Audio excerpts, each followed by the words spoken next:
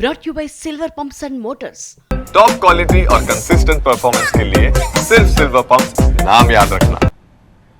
వెంకటగిరి కోర్టులో మాజీ మంత్రి కాకాని గోవర్ధన్ రెడ్డిని ప్రవేశపెట్టారు పోలీసులు. ఈ సందర్భంగా అక్కడికి మాజీ మంత్రి అనిల్ కుమార్ యాదవ్, మాజీ MLA Kiliveti Sanjeevaiah, MLC Meriga Murali, Nellore rural incharge Anam Vijay Kumar Reddy చేరుకున్నారు. పార్టీ కార్యకర్తలు కూడా పెద్ద సంఖ్యలో అక్కడికి వచ్చారు. అక్రమ మైనింగ్ కేసులో కాకానిని నిన్న బెంగళూరులో అదుపులోకి తీసుకున్నారు పోలీసులు. గతంలో పోలీసులు ఇచ్చిన నోటీసులతో 55 రోజులుగా కాకాని అజ్ఞాతంలో ఉన్నారు. బెయిల్ కోసం కాకాని హైకోర్టు, సుప్రీంకోర్టుని అభ్యర్థించినా నిరాశ ఎదురైంది.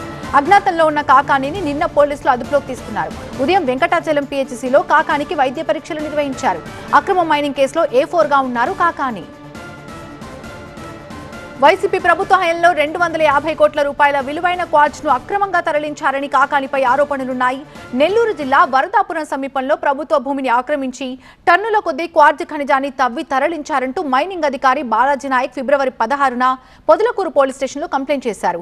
రుస్తుం మైన్స్ లో అనుమతులు లేకుండా పేలుడు పదార్థాలు వినియోగించారని. కౌశిక్, నేను పార్ట్నర్షిప్ ఫర్మ్ స్టార్ట్ చేయడం బెస్టా, ప్రైవేట్ లిమిటెడ్ కంపెనీ స్టార్ట్ చేయడం బెస్టా? ఎందుకు అంత కన్ఫ్యూజన్? ఎక్స్పర్ట్ తో మాట్లాడు. ఎక్స్పర్టా? ఎలా? బాస్ వాలా. బాస్ వాలా, బీ ద బాస్. మైనింగ్ అధికారి కంప్లైంట్ లో వివరించారు. ప్రభుత్వ మైన్లో కాకాని గోవర్ధన్ రెడ్డి ఆధ్వర్యంలో మైనింగ్ జరిగిందని పోలీసులు కేసు నమోదు చేశారు. కాకాని A4గా చేరుస్తూ విచారణకి రావాలంటూ పలుమార్లు నోటీసులు ఇచ్చారు. నెల్లూరు సహా హైదరాబాద్లోని కాకాని ఇళ్లకు వెళ్లి మరీ నోటీసులు అందజేశారు. అలా 3 సార్లు నోటీసులు ఇచ్చినా విచారణకు డుమ్మా కొడుతూనే వచ్చారు కాకాని.